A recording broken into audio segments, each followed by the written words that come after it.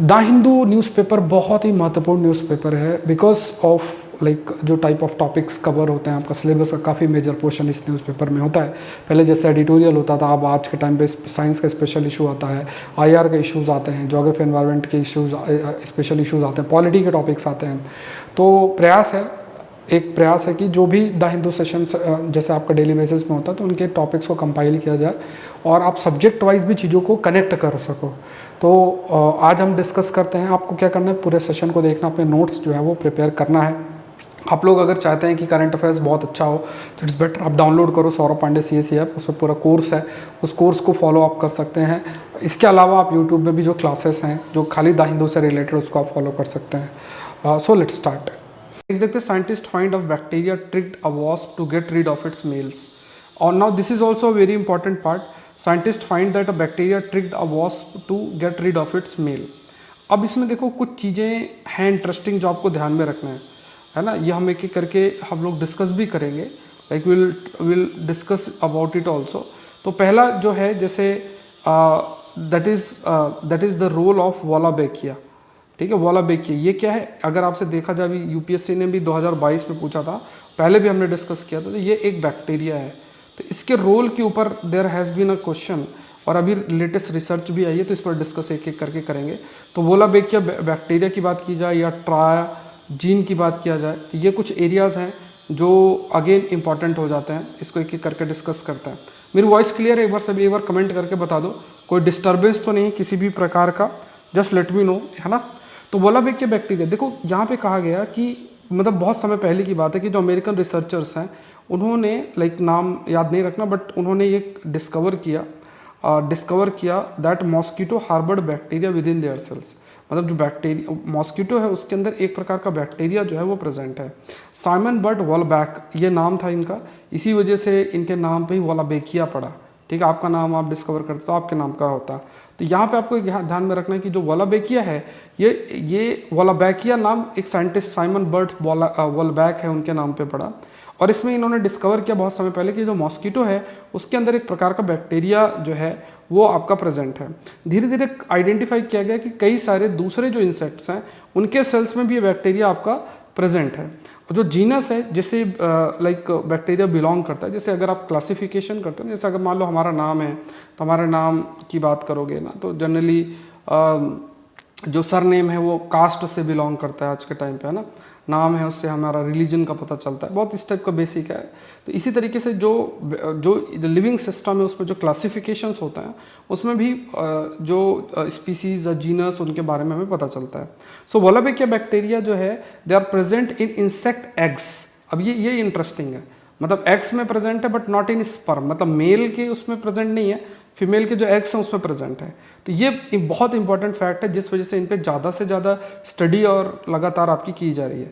इसका मतलब क्या है कि जो फीमेल है दे कैन ओनली ट्रांसमिट, मतलब जो फीमेल है फीमेल ही वोलाबेकिया बैक्टीरिया को आगे ट्रांसमिट कर सकती है। क्यों? क्योंकि फीमेल के इंसेक्ट एग के अंदर ही प्रेजेंट है, मतलब फीमेल में प्रेजेंट है ये बैक्टीरिया, स्पर्म्स में नहीं प्रेजेंट है, मेल में नहीं प्रेजेंट है, तो मेल का ऐसा कोई रोल नहीं है। सो वोलाबेकिया ने क्या किया है कि मतलब क्योंकि ये बैक्टीरिया सेल्स में प्रेजेंट होता है इंसेक्ट्स के, और यहाँ पे इंटरेस्टिंग चीज़ क्या है कि जो मेल है मेल में प्रेजेंट नहीं है, तो इसने ऐसा मैनिपुलेट किया, स्टडी क्या कहती है कि इसने ऐसा मैनिपुलेट किया है कि ज़्यादा से ज़्यादा फीमेल प्रोड्यूस हो। जैसे जो इंसेक्ट्स हैं, मान लो मॉस्किटोज़ हैं, तो मॉस्किटोज़ में ज़्यादा से ज़्यादा फीमेल बने, ऐसा इसने मतलब मैनिपुलेट किया, जेनेटिक लेवल पे ऐसे चेंजेस किए हैं कि ज़्यादा से ज़्यादा फीमेल बने रादर देन मेल। अब ये क्यों ऐसा? क्योंकि फीमेल में ही वोलाबेकिया बैक्टीरिया ज़्यादा से ज़्यादा आपका प्रेजेंट है। अब ये कैसा होता है, ये इसके पीछे रीज़न क्या है, क्या प्रोसेस है जिस वजह से जो वोलाबेकिया बैक्टीरिया ये सब कर पाता है, इस पर अभी रिसर्च जो है वो लगातार चल रही है, इस पर इतनी क्लैरिटी नहीं है। सो यहाँ पे कहा गया कि जो वोलाबेकिया बैक्टीरिया है इसने मैनिपुलेट किया है वास्प, ठीक है, एनकार्सिया फॉर्मोसा। तो यहाँ पे क्या है कि इसने पूरे तरीके से इसको मैनिपुलेट किया है। अब आपको समझना, ये भी एक प्रकार का इंसेक्ट ही है। तो एनकार्सिया फॉर्मोसा इसको ऐसे किया कि ज़्यादा से ज़्यादा मतलब इंटायरली उसमें फीमेल ही होती है, मेल होता ही नहीं है। अब आप खुद सोचो, तो अब ये कैसे ये it can induce unfertilised egg to, मतलब इसमें ऐसे चेंजेस किए कि जो नंबर ऑफ क्रोमोजोम्स हैं जिसके वजह से, जैसे मान लो मेल के केस में like we are aware, human case में फीमेल के में आपका XX क्रोमोसोम है और मेल केस में XY होता है। इसी तरीके से क्या है, बैक्टीरिया केस में जो भी क्रोमोसोम्स हैं उसके नंबर को इसने डबल कर दिया, एंड जितने भी हैं उनको फीमेल वास्प की बात किया था उसके डेवलपमेंट में इसने फैसिलिटेट किया। तो इट इज़ नॉट नोन कि ये बैक्टीरिया करते कैसे हैं ये, लेकिन जो ये वोलाबेकिया बैक्टीरिया हैं ये क्योंकि इंसेक्ट के सेल में प्रेजेंट है और फीमेल ही इनको आगे ट्रांसमिट करती है, तो जो फीमेल है उसके नंबर को ही ज़्यादा से ज़्यादा वो बढ़ाने का प्रयास करते हैं। और कैसे करते हैं इस पर क्लैरिटी नहीं है, बट ये जेनेटिक लेवल पे चेंजेस करेंगे। जैसे ये जो वास्प अभी हमने डिस्कस किया, इसमें जो क्रोमोसोम प्रेजेंट है उस क्रोमोसोम के नंबर को इसने डबल किया है। अब एग्रीकल्चर साइंटिस्ट इसको स्टडी भी कर रहे हैं, बिकॉज ये जो वास्प है, बिकॉज है ना, ये वाइट फ्लाइज को कंट्रोल करने में हेल्प करती है। वाइट फ्लाइज क्या होती है, जो लीव्स, जो पत्तियां वो खाती है। पत्तियां, अब जैसे मान लो कोई भी क्रॉप है, प्लांट है, उसकी पत्तियों को पूरा खत्म कर देगी, उसको कंज्यूम करेगी। तो वाइट फ्लाइज बेसिकली फीड करती है on the SAP of the plant leaves.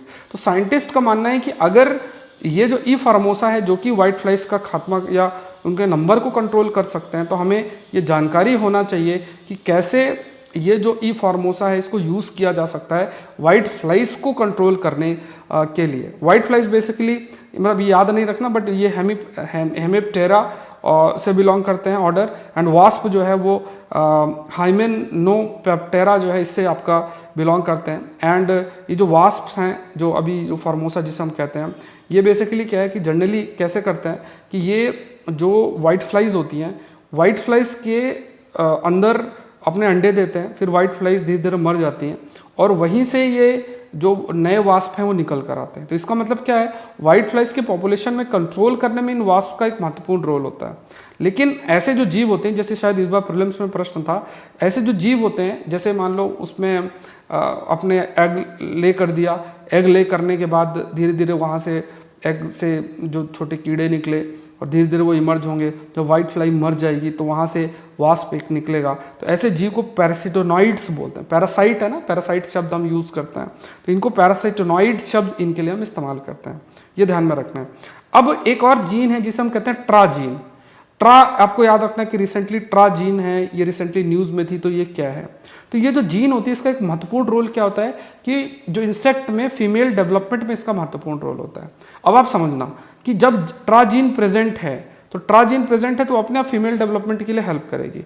अब आज के समय में देखो, अब ये चीज़ आप समझने का प्रयास करो कि मतलब इस पर आप अपने व्यू पॉइंट दे सकते हो कि देखो, लाइक फॉर एग्जांपल अगर आप क्रोकोडाइल का लो, लिजर्ड का लो, आउटर एनवायरनमेंट या आउटर टेम्परेचर से मेल या फीमेल डिसाइड होता है।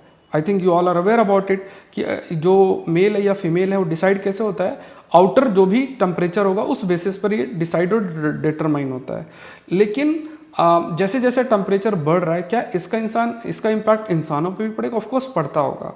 स्टडी जैसे जैसे होगा वैसे वैसे जो हमारे मतलब हार्मोन्स हैं या मे भी बहुत सारी चीज़ें, कॉम्प्लेक्सिटीज़ आती हों, धीरे धीरे इसके प्रति जब रिसर्च आएगी तो हमारी जागरूकता बढ़ेगी, है ना, कई सारी चीज़ों के ऊपर जो है जानकारी हमारी बढ़ेगी। लेकिन यहाँ पे ध्यान में रखना है कि जो फीमेल डेवलपमेंट इंसेक्ट में होता है उसमें जो एक महत्वपूर्ण रोल होता है वो ट्रा जीन का होता है। अब ये जो ट्रा जीन है ये म्यूटेट करती है। अगर सपोज करो ट्रा जीन म्यूटेट कर दी और फीमेल डेवलपमेंट ने, मतलब क्योंकि अगर ट्रा जीन से ही फीमेल डेवलपमेंट होता है और अगर ट्रा जीन में कुछ बदलाव आ गया, म्यूटेट कर गई, तो फीमेल डेवलपमेंट नहीं होगा। तो इस चीज़ को दूर करने के लिए ई फार्मोसा ने क्या किया है कि वो वोलाबेकिया जो है, वोलाबेकिया के ट्रा जीन पर वो निर्भर हुआ है। तो यहाँ पे आपको क्या ध्यान में रखना है कि वोलाबेकिया के ट्रा जीन पे निर्भर होके और जिसकी वजह से जो फीमेल में एग डेवलपमेंट आपका होता है। तो यहाँ पे आपको क्या जानना है कि वोलाबेकिया का रोल क्या है, दूसरा ट्रा जीन्स क्या है, ये कुछ पॉइंट्स आपको ध्यान में रखने हैं। नेक्स्ट देखते हैं palimpsest a historic emblem of reuse. अब देखो, अगर आपको याद हो तो इस पर मैंने वीडियो आप लोग को बनाया हुआ है और जो है ऑलरेडी आप इफ़ यूल सी कि हम लोग ने जितना भी डिस्कस किया है तो काफ़ी सारे प्रश्न उससे आए हैं। आप चाहो तो वीडियो पड़ा हुआ है, वीडियो सेक्शन में एक बार देख लेना। 39 क्वेश्चंस के स्क्रीनशॉट मैंने डाले हैं, उसमें IR के क्वेश्चन, गवर्नमेंट स्कीम्स के मैंने डाले नहीं, उनको मिला लोगे 50+ क्वेश्चन हो और 100 में से 50 क्वेश्चन के स्क्रीनशॉट आप पूरे यूट्यूब में सर्च कर लो, कहीं भी सर्च कर लो, आपको कहीं नहीं मिलेगा। मोटिवेशनल टॉक और ये सब तो चलती रहेगी, with proof, with date, everything is there. चाहो तो आप उन सेशन को टाइप करके यूट्यूब में देख सकते हो, क्योंकि मैं पहले दूसरे संस्थान में काम करता था तो अब उन वीडियोस को तो आई कांट यूज़, कॉपीराइट और ये सब इश्यूज़ आते हैं, तो यहाँ पे लेकिन जो है डेट और वो सब पड़ा है, आप देख सकते हो। मैंने स्लाइड्स के ही जो स्क्रीनशॉट्स हैं आप देख सकते हो, जो अलग से मैंने बनाए हुए थे, तो वो मैंने आपको शो किया, यहाँ पे एक बार देख सकते हो। और प्लस PET 730 के कोर्स में और सब सारा आपको दिया हुआ है। बताने का पर्पस सिर्फ ये है कि कंटेम्प्रेरी एस्पेक्ट को अगर आप अच्छे से कवर करोगे और स्टैटिक में NCERTs और कुछ किताबें पढ़ लोगे, आपको और कुछ करने का ज़रूरत ही नहीं है। इधर उधर मतलब चीज़ों को जितना सिंपल रखोगे ना, उतना आसान आपके लिए सिलेक्शन होगा। अब बहुत कॉम्प्लेक्स नहीं रखना, इधर उधर टाइम पास नहीं करना, सीधा रास्ता है। सीधा रास्ता क्या है कि आपको किताबें पढ़नी है, NCERT पढ़नी है और न्यूज़पेपर फॉलो करना है। और कुछ इधर उधर का कोई शॉर्टकट दे रहा है इधर उधर का, तो उस पर हमें इतना रिलाई नहीं करना। ये चीज़ आपको सीखनी है। चलो पैलिम सेट की अगर बात करें तो यहाँ पर कहा गया कि जैसे पहले लोग पार्चमेंट का इस्तेमाल करते थे, जैसे लिखा करते थे। और ये जनरली कैसे बनाया जाता था, जैसे गोट है, बकरी है, ये किसी एनिमल के स्किन से बनता था, उस पर लिखते थे। और क्योंकि बहुत ज़्यादा एक्सपेंसिव था तो उसको किसी तरीके से उसको दोबारा से इरेज करते थे, वॉश करते थे और फिर रीयूज़ करते थे। तो अगर कोई पेज मतलब जैसे ये जो पार्चमेंट है, अगर इसको आप रीयूज़ करते हो इस मैनर में, जिसमें आप लाइक फॉर एग्जांपल पार्चमेंट है, उसमें आपने स्क्रैप करके ऐसे ऐसे निकाला, जो शब्द है इंक को रिमूव किया या वॉशिंग से उसको हटाया, फिर लिखना स्टार्ट किया, तो इसी को हम बोलते हैं पैलिम्सेट। ठीक है, पैलिम्सेस्ट शब्द उनके लिए इस्तेमाल किया जाता है। तो जैसे अभी आपके पास क्या है, आपके पास लिखने के लिए कागज़ है, पेन है। आप ऐसा नहीं कि अगर कागज़ में लिखा है तो दोबारा उसको मिटाओगे फिर लिखोगे, लेकिन पहले के टाइम पे ऐसा कोई कागज़ नहीं होता था। तो स्किन्स जो होते हैं जानवर के, जैसे गोट की स्किन है, उस पर लिखते थे। अब उसको रीयूज़ किया जाता था। तो ये अगर रीयूज़ किया जा रहा है तो उसे हम पैलिम्सेट शब्द इसके लिए इस्तेमाल करते थे। ठीक है, नेक्स्ट देखते हैं, एक टॉपिक और आ जाता है। यहाँ पे हमें ये ध्यान रखना है कि रिसेंटली NGC 2937 और NGC 2936 न्यूज़ में तो ये क्या है, they are the galaxy, elliptical galaxies हैं, है ना। तो यहाँ पे स्पाइरल और इलिप्टिकल, ठीक है। स्पाइरल आप सभी को पता है, जैसे ये स्पाइरल हो गया और इलिप्टिकल ऐसे हो गया। तो ये जो गैलेक्सीज मिल रही हैं, तो अभी जेम्स वेब टेलीस्कोप अगेन बहुत इंपॉर्टेंट है। इस पर ऑलरेडी मैंने डिटेल में बहुत बार डिस्कस किया है। तो जेम्स वेब टेलीस्कोप जो है उसने इमेज ली है दो गैलेक्सी का, एक NGC 2937 और NGC 2936 हैं, दोनों मर्ज की हैं। तो ये दो गैलेक्सीज हैं जिनकी मर्जिंग हुई है। एंड वी कैन से कि उस चीज़ को ऑब्जर्व किया गया है जेम्स वेब टेलीस्कोप के द्वारा। तो आपको याद रखना है कि रिसेंटली NGC 2937 NGC 2936 न्यूज़ में है, तो वो क्या है, वो तो गैलेक्सी है। तो यहाँ पे देखते हैं, ISRO has a problem, many rockets but too few satellites to launch. ये आपका टॉपिक है। एंड आज का ये बहुत अच्छा टॉपिक है बिकॉज जैसे मैंने आपको कहा कि स्पेस इकोनॉमी एक महत्वपूर्ण टॉपिक फ्रेम होता है और जिसमें ज़रूर से ज़रूर जो प्रश्न है वो फ्रेम आज के टाइम पे हो सकता है। सो लेट्स सी क्या बात कर रहे हैं। देखो आज के समय में एक शब्द आप, दो तरीके के शब्द आप सुनोगे। एक तो होता है कमर्शलाइजेशन ऑफ स्पेस और दूसरा जो शब्द है that is weaponisation of space. ये दो शब्द हैं जिनके बारे में आपने कई बार चर्चा की होगी, सुना भी होगा। वेपनाइजेशन ऑफ द स्पेस का मतलब ये है कि आप मिलिटराइजेशन कर रहे हो, वहाँ पे मतलब सैटेलाइट्स को इंटेलिजेंस के लिए यूज़ कर रहे हो, या आप जो एक तरीके से हथियार के रूप में जो चीज़ें हैं वो डेवलप कर रहे हो, वेपनाइजेशन हो सकता है। कमर्शलाइजेशन स्पेस का है कि बहुत सारे सोर्सेस को आप सर्च कर रहे हो। आप देख रहे हो कि जो ये आपके कई एस्टेरॉइड्स हैं या मून है, मार्स है, यहाँ पे क्या सोर्सेस हैं, इनका हम यूटिलाइजेशन कर सकें। स्पेस में कई तरीके की जो सैटेलाइट्स और ये सारी चीज़ें हैं उनको लॉन्च अगर किया जाता है तो कई सैटेलाइट्स और इनको लॉन्च किया जाता है, उनसे जो सर्विसेज ऑफर होती हैं, उनसे जो अर्निंग है वो हो सके। तो यहाँ पे बहुत सारे ऐसे डिफरेंट ऑब्जेक्टिव्स हैं।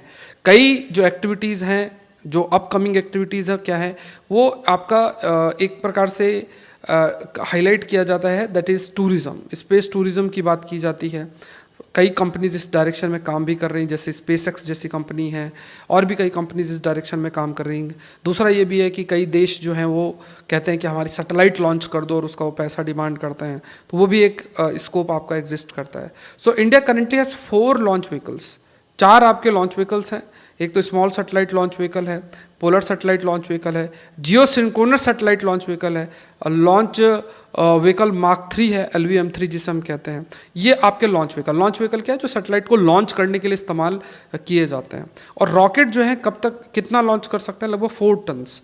जियो सिंक्रोनस ऑर्बिट लगभग 35,000 किलोमीटर अर्थ से, लगभग 35,000 किलोमीटर अर्थ से।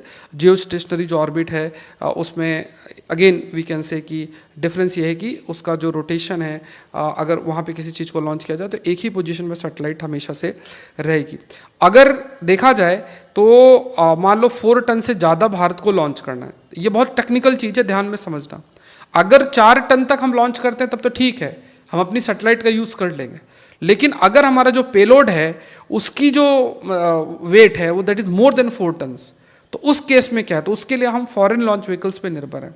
जैसे यूरोप में एरियन 5 है, स्पेसएक्स का फाल्कन 9 है, तो ये क्या है 4 टन से ऊपर का अगर हमें चीज़ लेकर जाना है तो इसको ऐसे समझो कि अगर सब्जी लेने जाना है तो थोड़ी बहुत सब्जी लानी है तो एक्टिवा से ले आए, और अगर मान लो पूरे हफ्ते भर की सब्जी लानी है तो फिर आपको अपनी गाड़ी निकालनी पड़ सकती है, डिग्गी में सब्जी फल सब लेकर आओगे। अब एक्टिवा में तो सारा कैसे लेकर आओगे, तो ये वाली बात है कि अगर 4 टन से ज़्यादा वेट अगर आप लेकर जा रहे हो तो वहाँ पे भारत को फॉरेन लॉन्च व्हीकल्स पर निर्भर होना पड़ेगा, लाइक यूरोप का एरियन 5 और स्पेसएक्स का फाल्कन 9, ये ध्यान में रखना है।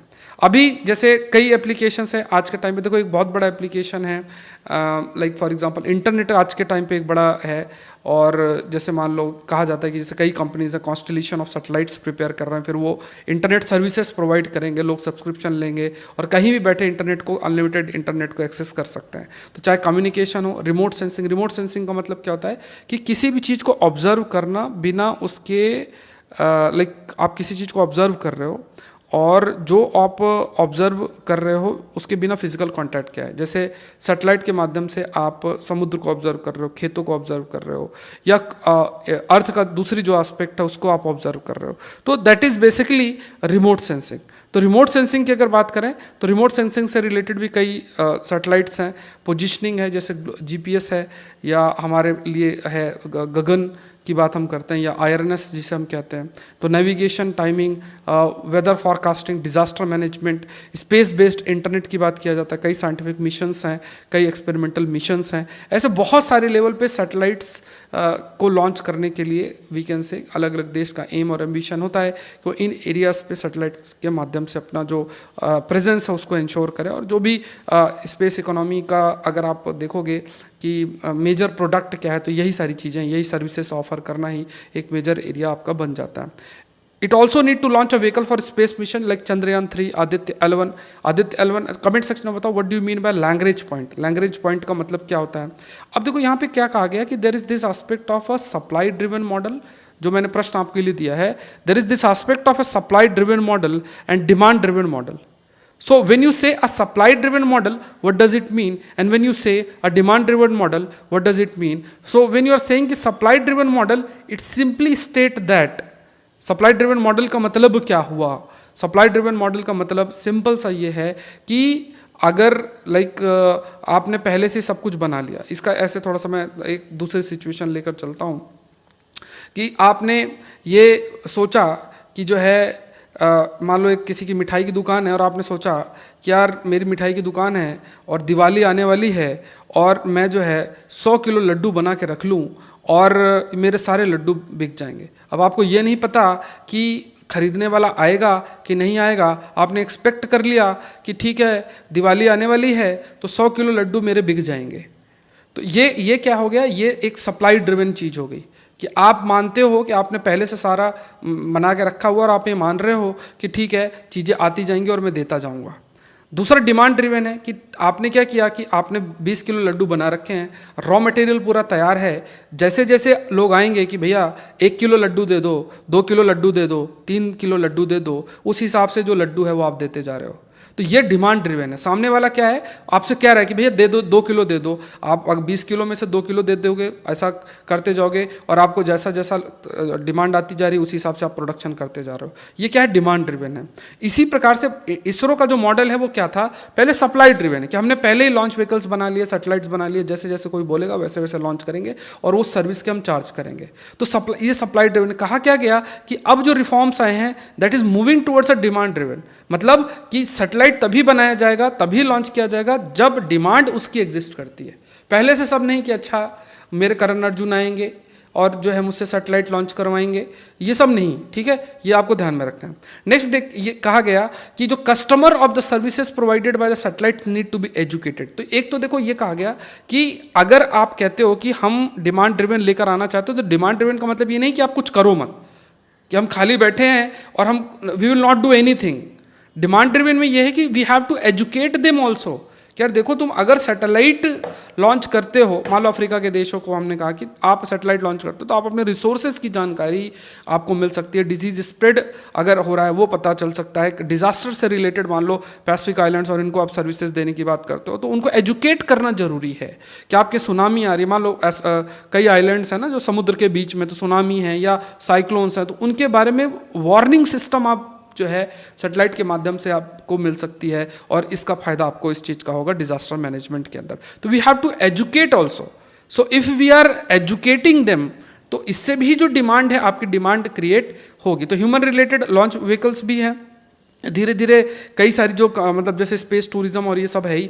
इसके अलावा देखो एक और भी मैंने कई बार आपसे चर्चा की जो इसमें लिखा नहीं है कि 2032 का जो समय है उसमें जैसे अभी क्या है, स्पेस को एक ग्लोबल कॉमन माना जाता है। ये लाइन बहुत ध्यान से सुनना कि अभी जो है स्पेस को एक ग्लोबल कॉमन के रूप में माना जाता है। So what do you mean bye किसी ग्लोबल कॉमन के रूप में, मतलब किसी का कोई हक नहीं है, किसी का कोई हक इसमें नहीं है। इसका यह है कि सभी अपने हिसाब से यूज़ कर सकते हैं, ग्लोबल कॉमन जब शब्द हम यूज़ करते हैं।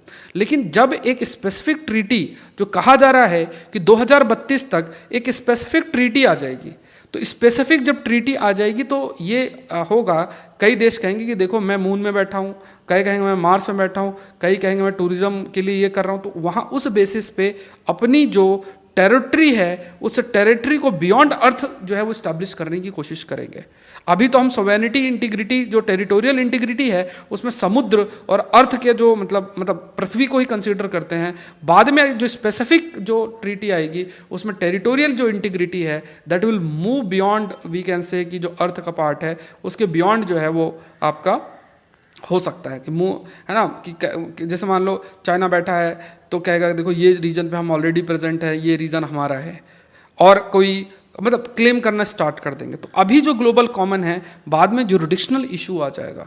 ये भी है, स्पेस बाद में हो सकता है स्पेस आर्मी बन जाए कि वो उसको बॉर्डर कर रहा है, बॉर्डर कन्फ्लिक्ट वहाँ पे हो रही है, ये सब हो सकता है, ये फ्यूचर का। दूसरा कि ये कहा जाता है कि यार ये क्यों इतना मेहनत करने का प्रयास कर रहे हैं। कहा जाता है कि जो मून है, मून में हीलियम जैसी चीज़ इतनी प्रेजेंट है कि कमिंग 40,000 ईयर्स तक हम अपनी जो एनर्जी की नीड है उसका इस्तेमाल करके पूरा कर सकते हैं। ऑल्दो उसको कैसे लेकर आते हैं वो एक चैलेंजिंग टास्क है। क्रिटिकल मिनरल्स, रेयर मेटल्स, ये बहुत सारे जो एस्टेरॉइड्स हैं उसमें प्रेजेंट है।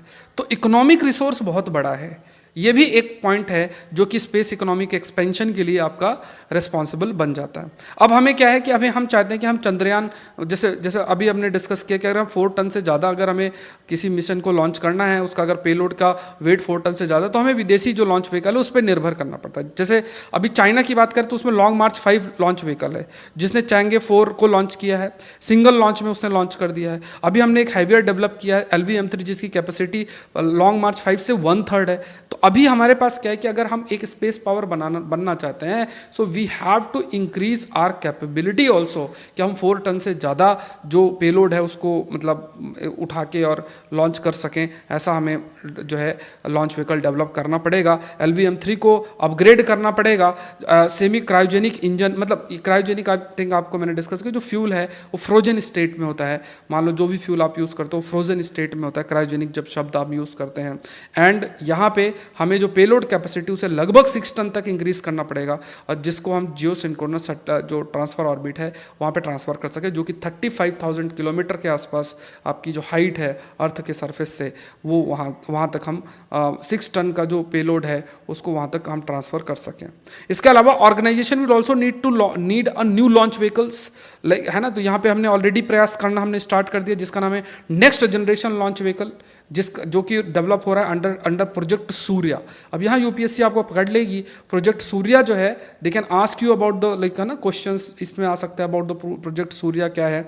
एंड जो प्रोजेक्ट सूर्या है इसमें आप कह सकते हो कि it is basically linked with कि हम नेक्स्ट जनरेशन जो लॉन्च व्हीकल है उसको हम डेवलप करना चाहते हैं, और लगभग 10 टन, अभी तो 4 टन की लिमिटेशन है, ध्यान समझना, 4 टन से हम एम करना चाहते हैं कि LV-M3 को अपग्रेड करें कि वो 6 टन तक रीच करे, फिर 6 टन के बाद हम 10 टन तक रीच करना चाहते हैं। तो नेक्स्ट जनरेशन लॉन्च व्हीकल की जो प्रोजेक्ट सूर्य है उसमें हम चाहते हैं कि जो 10 टन के आसपास आपका रीच करे टू GTO, तो आपका जो है GTO तक रीच करे, मतलब जियो सिंक्रोनस जो ट्रांसफर ऑर्बिट है वहाँ तक आपका रीच करे। लॉन्च व्हीकल इकोनॉमिक्स की अगर बात किया जाए तो कई सारी चीज़ें हैं। जैसे अब इकोनॉमिक्स का मतलब क्या है, इकोनॉमिक्स का देखो सिंपल सी चीज़ है। जैसे अगर आप अपने गांव जा रहे हो और गांव के लिए बस जाती है, बस में बैठे, बस में जो है टिकट के पैसे दिए, इससे बस वाला जो है पैसा कमा रहा है, ये सिंपल सी बात है। इसी तरीके से अगर मतलब इसको अगर थोड़ा सा अगर स्पेस के लिए है तो स्पेस में कई सारे ऐसे सर्विसेज हैं, है ना, सभी के पास ये कैपेबिलिटी नहीं कि वो सैटेलाइट को लॉन्च कर सके, या उनके पास लॉन्च व्हीकल नहीं है, एक्सपर्टीज़ नहीं है। आप सर्विस ऑफर करोगे और आपकी अर्निंग होगी, ये सिंपल सी है। तो कई सारे ऐसे लेवल पे कई गोल्स भी हमारे, जैसे हम जो मून है उसको एक्सप्लोर करना चाहते हैं, कई रीजंस जो मैंने अभी आपको हाईलाइट किया है। तो कई सारी जैसे हम जो सक्सेसफुल मिशंस लेकर जाते हैं तो इससे एक ट्रस्ट बनता है। जैसे डिमॉन्स्ट्रेशंस कई सारे होते हैं। जैसे एक चीज़ मैं आपको बताऊं, एक एग्जांपल दे रहा हूं कि जैसे जब युद्ध होते हैं ना, तो बड़े बड़े जो ये डिफेंस लॉबिस्ट होते हैं ना, क्योंकि देखो इनका जो काम तो हथियार बेचने से चलता है।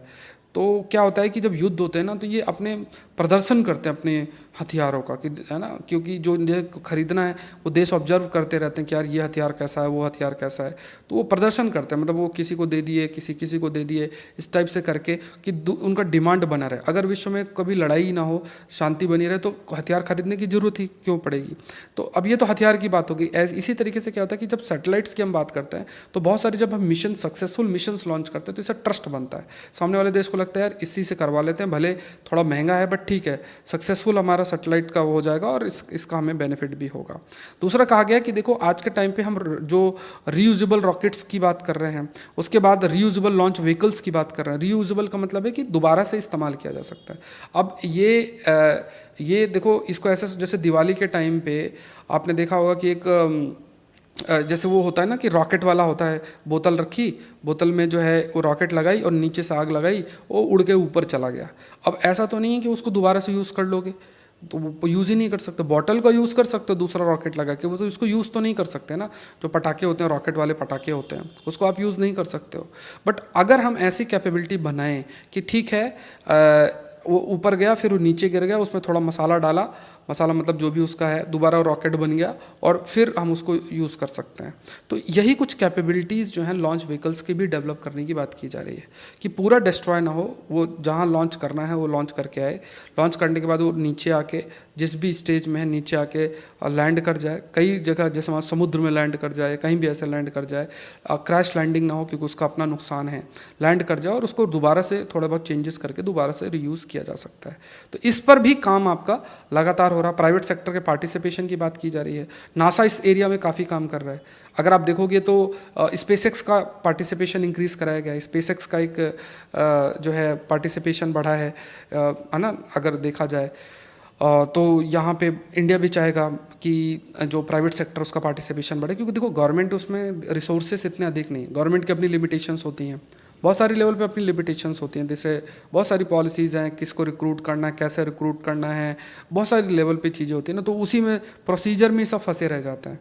तो प्राइवेट सेक्टर का जो रोल है वो रोल बहुत इंपॉर्टेंट होता है स्पेस के जैसे एरियाज़ के अंदर, और साथ में जो आपका इसरो है वो तो है ही, तो ये भी एरिया है। उसके बाद हमें ये भी देखना है कि स्किल्स कैसे हम इन्हांस कर सकते हैं, जो स्किल्स हैं, जैसे ह्यूमन रिसोर्स कैसे हम डेवलप कर सकते हैं, जो स्किल है इन्हांसमेंट है उसका कैसे हम कर सकते हैं, कि जो कैपेबिलिटी है, जो अप स्किलिंग है वो कैसे कर सकते हैं। अब आजकल देखोगे कि जो कई बड़ी बड़ी संस्थाएं हैं, IITs, वहाँ एरोनॉटिकल साइंस पे लोग मतलब बीटेक कर रहे हैं आज के टाइम पे। तो ये क्या ह्यूमन रिसोर्स हमें डेवलप करना है। फाइनली काम कौन करेगा, किसकी सोच उसकी तरफ जाएगी, तो ये एरोनॉटिकल साइंस और ये सब जो है ये एक आता है। यहाँ पे देखते हैं पहला topic, glimpses of LUCA the life form from which all other life descended. तो यहाँ पे लूका के बारे में at least we should know what is it. देखो साइंटिस्ट कम्युनिटी में एक बहुत समय से डिबेट हो रही है कि लाइफ का ओरिजिन कैसे हुआ है।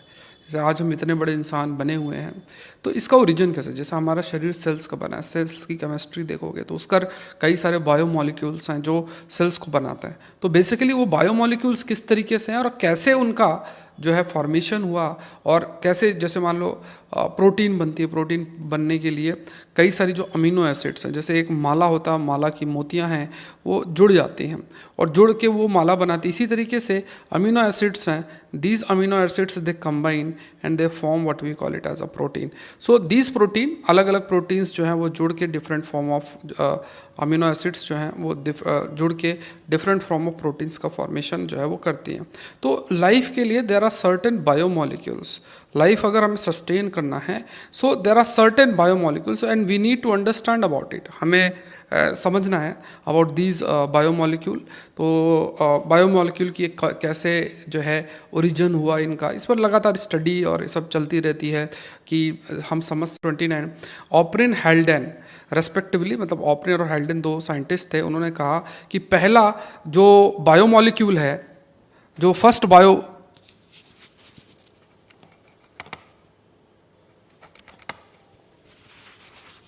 जस्ट अ मिनट,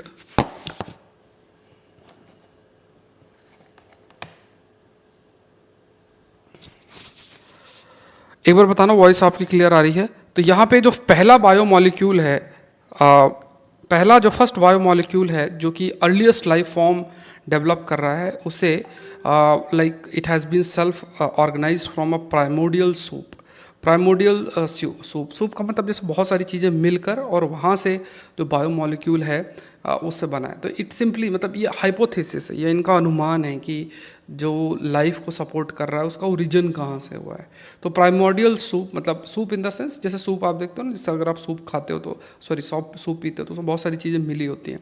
तो बहुत सारी ऐसी चीज़ें मिल के और वहाँ से मॉलिक्यूल निकल कर आया और वो उसने लाइफ को सपोर्ट किया, ऐसा मानना है। तो इसे ऑपरिन हेल्डेन हाइपोथेसिस, ऐसे बहुत सारी दूसरी चीज़ें कही जाती हैं। एक कहा जाता है कि ये जो लाइफ के बायोमोलिक्यूल्स अर्थ में कहाँ से आए, तो जहाँ पहले कहीं लाइफ एग्जिस्ट करती थी वहाँ से मान लो कोई एस्टेरॉइड है या मेट्रॉइड आके अर्थ सरफेस से टकरा और वो उन बायोमोलिक्यूल्स को लेकर आया और फिर जो लाइफ है वहाँ अर्थ के अंदर सीडिंग उसकी हुई या प्लांटिंग उसकी हुई। तो इस टाइप के अलग अलग थॉट प्रोसेस जो है वो रखे जाते हैं। अब इसमें सही क्या है पता नहीं। अभी इसमें से एक चीज़ और भी कही जाती है कि रिसर्चर्स का मानना है कि जो 3 ब्रांचेस ऑफ लाइफ, बैक्टीरिया, आर्काई और यूकैरिया करके है, तो वो एक सिंगल सेल से डिराइव हुए हैं और जिसे कहते हैं last universal common ancestor, short में लूका बोलता है। तो लूका जनरली ये शॉर्ट फॉर्म है। जैसे आप इंटरनेशनल रिलेशन की बात करो तो आप इसरो के बारे में, इसरो जो है उसके बारे में लाइक है ना, उसको सॉरी लाइक इंटरनेशनल रिलेशन में जब आप सार्क की बात करते हो तो सार्क का फुल फॉर्म भी होता है, सार्क को इन जनरल शॉर्ट फॉर्म में रखा जाता है। तो जनरली कई बार शॉर्ट फॉर्म ही डायरेक्ट जो है वो आपका यूज़ हो जाता है। तो इसी तरीके से लूका आपको ध्यान में रखना है कि ये ऐसा सिंगल सेल है, originated from a single cell. ये 3 ब्रांचेस ऑफ लाइफ है जो कि हम बैक्टीरिया, आर्किया या यूकैरिया जिसे हम कहते हैं। तो यहाँ से ये 3 branches of life in single molecule से जो है वो ओरिजिनेट हुआ है। There is no fossil evidence, मतलब फॉसिल एविडेंस का मतलब क्या है कि जैसे अगर हम ये कहें कि आज से 1000 साल पहले इंसान ऐसे हुआ करते थे, तो ये तो हमने एक हाइपोथेसिस दे दी कि ऐसे इंसान होता है। अभी एविडेंस चाहिए, एविडेंस कैसे होगा? आपको कोई हड्डी मिल गई, कुछ ऐसा फॉसिल एविडेंस मिल गया कि जो रिमेन्स है पहले कि उनको स्टडी किया, उनके डीएनए निकाल कर एक्सट्रैक्ट करके आपने स्टडी किया और फिर आपने कंक्लूड किया। तो इसी तरीके से व्हेन यू टॉक अबाउट लूका, तो लूका के बारे में भी ऐसा कोई फॉसिल एविडेंस नहीं है कि ऐसा हमें कुछ मिला हो जिस बेसिस पे हम ये लाइक वी कैन कंक्लूड कि ठीक है जो लाइफ है, लाइफ पहले इस तरीके से एग्जिस्ट जो है वो आपकी करती थी, मतलब उस टाइप का भी कंक्लूज़न जो है वो अभी बिल्कुल भी इस तरीके से एविडेंस बेस्ड कंक्लूज़न नहीं है, बट ऐसा माना जाता है। जैसे डिफरेंट डिफरेंट आपकी हाइपोथेसिस है, ये एक उसमें ये इसको इंक्लूड किया जाता है। कहा गया कि जो लूका है ये ओरिजिनेट कब हुआ, लगभग 4.2 billion years ago, just 300 million years of the earth itself formed.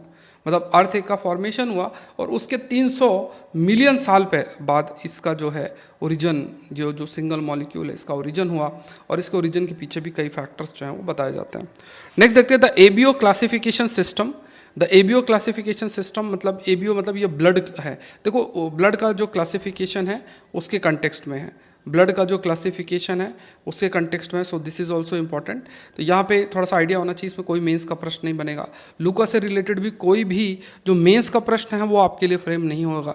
Prelims का जो प्रश्न है वो आपके लिए ज़रूर से फ्रेम हो, इसमें ज़रूर से हो सकता है, और हमें इसके बारे में पता भी होना चाहिए। बहुत ही बेसिक चीज़ है जो पता आप लोगों ने पहले भी पढ़ा होगा, बट आज क्योंकि आया है तो इसको थोड़ा सा ब्रीफ में बता देता हूँ, बाकी आप लोग रीड कर लेना। कि जो ब्लड ग्रुप है, जैसे आप देखोगे आपका ब्लड ग्रुप ए है, बी है, या ए बी है, या फिर ओ है, इस तरीके से। तो जैसे इसको बहुत ही सिंपल चीज़ों में समझना कि एक होता है एंटीजन होता है और एक होता है एंटीबॉडीज़ होता है। ठीक है, ये दो चीज़ें आपको देखना है। एक तरफ क्या है, एंटीजन है, दूसरी तरफ आपका एंटीबॉडीज़ है। एंटीजन का मतलब क्या हुआ, what do you mean bye antigen? Antigen का मतलब क्या है कि जैसे कोई बाहरी चीज़ जब आपके शरीर के अंदर एंटर करती है, जैसे मान लो कि कोई बैक्टीरिया वायरस शरीर में एंटर कर गया तो वो एंटीजन कहलाएगा, और उसके खिलाफ जो हमारा इम्यून सिस्टम एक्टिवेट होके कार्य करेगा तो कई बार एंटीबॉडीज़ बनाता है। तो एंटीजन है, जैसे मान लो एंटीजन A1 है तो इसके खिलाफ एंटीबॉडीज़ कैपिटल A1 है। तो यहाँ पे एंटीजन जो है उसी के खिलाफ एंटीबॉडीज़ बनती, मतलब एंटीजन के स्पेसिफिक एंटीबॉडीज़ होती हैं। एंटीजन की स्पेसिफिक जो है वो एंटीबॉडीज़ होती हैं। मान लो अगर एंटीजन B1 है और एंटीजन B1 है और एंटीबॉडी A1 है, तो ये जो है दोनों, मतलब B1 एंटीजन को A1 एंटीबॉडी खात्मा नहीं कर सकती है। लेकिन अगर A1 एंटीजन है और इसी के पैरेलल वाला जो एंटीबॉडी कैपिटल A1 है, तो फिर अगर A1 एंटीजन एंटर किया तो एंटीबॉडीज़ जो है बेसिकली उसका खात्मा कर देंगी। तो इसलिए क्या है, ये बहुत ज़रूरी है। जैसे आपने कई बार जैसे मतलब पढ़ा भी होगा और कई बार सुना भी होगा कि जैसे अगर किसी को ब्लड की ज़रूरत होती है तो पूछते हैं कि अच्छा सेम, मतलब अगर किसी का ब्लड ग्रुप ए है या बी है, ए बी है, तो बोलते हैं कि सेम ब्लड ग्रुप का है कि नहीं, या कुछ ऐसा उस पर एंटीजन एंटीबॉडी के कंटेक्स्ट में जो अभी हम डिस्कस करेंगे उस बेसिस पर अगर कोई ब्लड ग्रुप है तो उस बेसिस पर लेने की बात की जाती है। ऐसा नहीं कि किसी भी रैंडम ब्लड ग्रुप को ब्लड का जो है कोई लेना स्टार्ट कर दें। तो ये पॉइंट आपको ध्यान। अब जैसे मान लो ए है, तो अगर ए ब्लड ग्रुप है, एक ब्लड ग्रुप में A1 एंटीजन होगा और इसके बाद एंटीबॉडी क्या होगा जो कि A1 की स्पेसिफिक नहीं है, मतलब मान लो एंटीबॉडी B1 हो गया इसमें। ठीक है, तो अगर सपोज करो कि A1 एंटीजन है और B1 एंटीबॉडी है, ध्यान समझना, A1 एंटीजन है और B1 एंटीबॉडी है। सिमिलरली मान लो B है तो B में एंटीजन B1 है, एंटीजन A2 है और जो एंटीबॉडी है वो B2 है। AB में अगर आप देखोगे तो एंटीजन A1 और A2 है और एंटीबॉडी B1 और B2 है। तो यहाँ पे क्या है कि मतलब अगर आप स्पेसिफिकली बात करोगे कि अगर पर्टिकुलर एंटीजन प्रेजेंट है, अगर A1 एंटीजन प्रेजेंट है, B1 एंटीबॉडी प्रेजेंट है, और अगर सपोज करो कि अगर एक एग्जांपल है लिया जा रहा है कि अगर ऐसी स्थिति बन जाए कि यहाँ पे आपने कुछ, जैसे मान लो ए ब्लड ग्रुप है और दूसरा ब्लड ग्रुप बी है, अब अगर कोई पर्सन जिसका ब्लड ग्रुप ए है अगर वो बी ब्लड को ले लेगा तो ऑलरेडी आप ये समझो कि जो एंटीबॉडी है that antibody that is specific to the, जो एंटीबॉडी जो स्पेसिफिक है टू लाइक जैसे मान लो B1 है, ये B1 antibody is specific to A2 antigen, तो उस स्थिति में अगर आपने बी ब्लड ले लिया और जो बी ब्लड आपने ले लिया इन द सेंस आपका ब्लड ए है, तो आपका जो शरीर में ऑलरेडी पैरेलल एंटीबॉडीज़ हैं वो उस ब्लड को मारना शुरू कर देंगे। वो सोचेंगे कि शरीर में कोई अटैक हुआ है और वो इम्यून सिस्टम एक्टिवेट हो जाएगा और उसका खात्मा करना शुरू हो जाएगा। मतलब ये मैंने थोड़ा हाइपोथेटिकल ऐसे ही ले लिया, मतलब इसका क्लासिफिकेशन A1 A2 और इस टाइप से अलग से होता है। लेकिन आपको समझना है कि A है तो यहाँ पे आपको क्या ध्यान में रखना है कि एंटीजन क्या है, इसमें एंटीजन क्या है, ध्यान समझना। एंटीजन A है और एंटीबॉडी क्या है, एंटीबॉडी कौन सी है, B है। ए बी में क्या है, ए बी के केस में उल्टा हो जाएगा। एंटीजन क्या है, एंटीजन बी है और एंटीबॉडी क्या है, ए है। एंटीबॉडी क्या है, ए है। तो यहाँ पे आपको क्या ध्यान में रखना है कि जो बी है, अगर बी ब्लड, अगर आप ध्यान से समझो कि अगर बी ब्लड ए के चला गया, किसी का ए ब्लड ग्रुप है और उसने बी ब्लड ले लिया, तो ऑलरेडी एंटीबॉडी बी प्रेजेंट है और बी ब्लड ग्रुप में ऑलरेडी एंटीजन बी प्रेजेंट है। तो ऐसी स्थिति में क्या होगा कि जो ब्लड है, ब्लड में मौजूद एंटीजन है, उसको हमारा शरीर, मान लो ए ब्लड ग्रुप है तो उसको मान लेगा कि अटैक हो गया हमारे शरीर में, और उस स्थिति में जो मतलब आप कह सकते हैं कि ब्लड क्लॉटिंग और ये सब हो जाएगा और उसमें फिर डेथ भी हो जाएगी।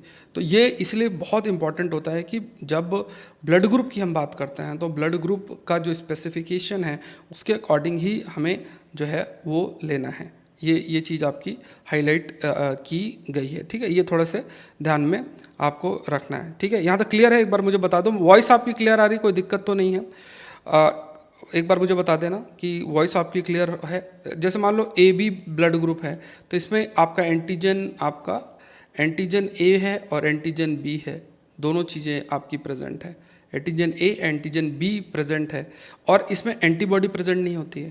तो एंटीबॉडी प्रेजेंट नहीं है तो मतलब किसी से भी ले सकता है एंटीबॉडी जो है, ठीक है। तो ये एक चीज़ आपकी हाईलाइट की जाती है। In some people both antigen A and B are present on all red, so their serum does not contain any of the and they belong to A B group. Their blood cells don't clump whether they receive A group और B group blood, that is A B are compatible with A B group.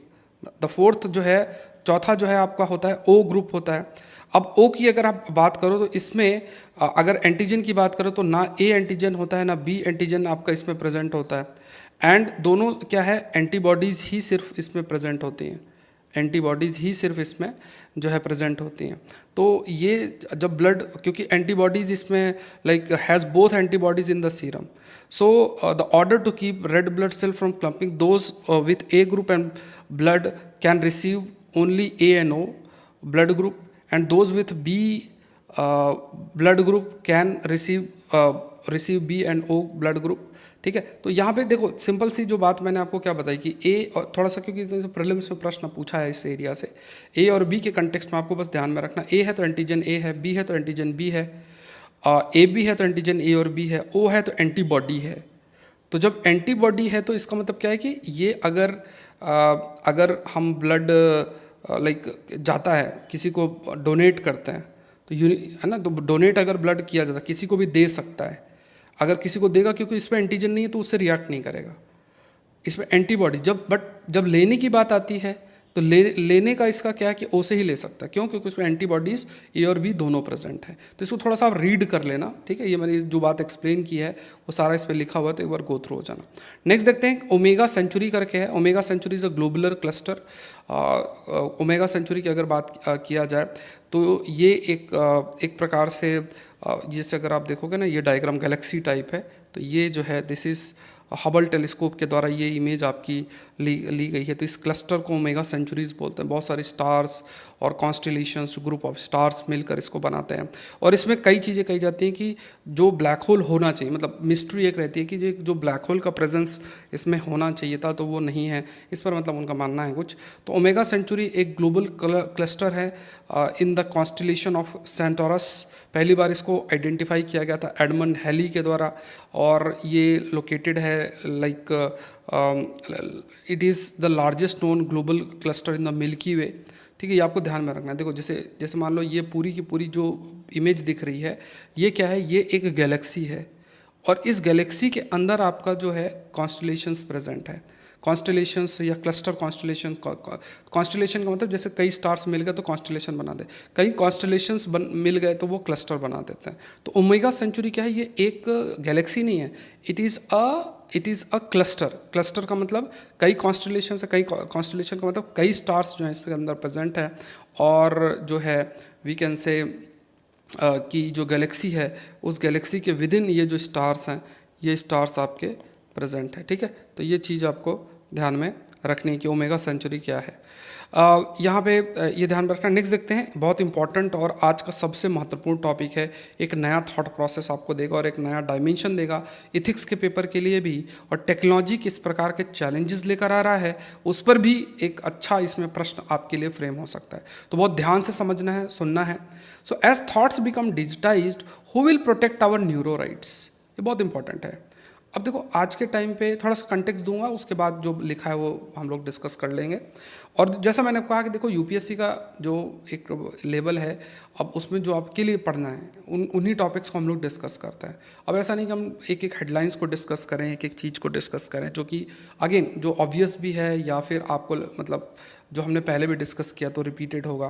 तो अगर इन चीज़ों को आपको पढ़ते हो अपने preparation में, if you are including the newspaper, और अगर हम इग्नोर करते हैं, देखो ये मैंने कई बार आप लोग को कहा है कि आपकी डिसीजन मेकिंग आपके लक को डिसाइड करती है।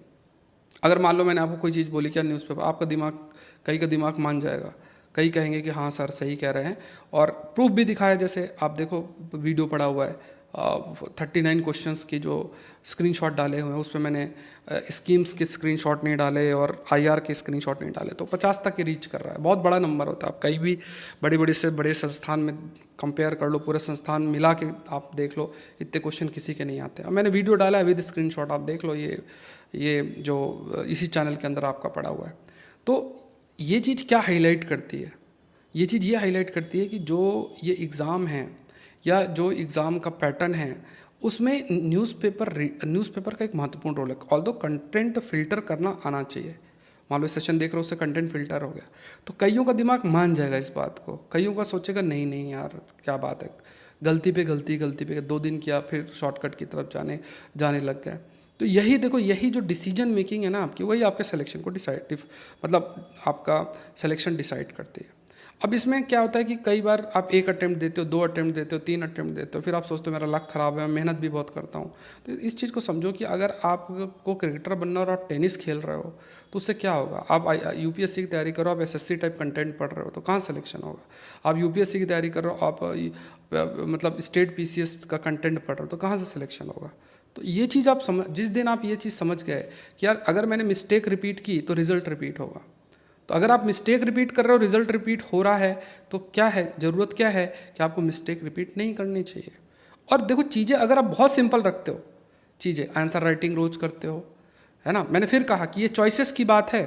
अगर आप चॉइसेस सही रखोगे सिलेक्शन के चांसेस बढ़ जाएंगे, अगर आप चॉइसेस सही नहीं रखोगे तो सिलेक्शन के चांसेस बहुत ही रिड्यूस हो जाएंगे।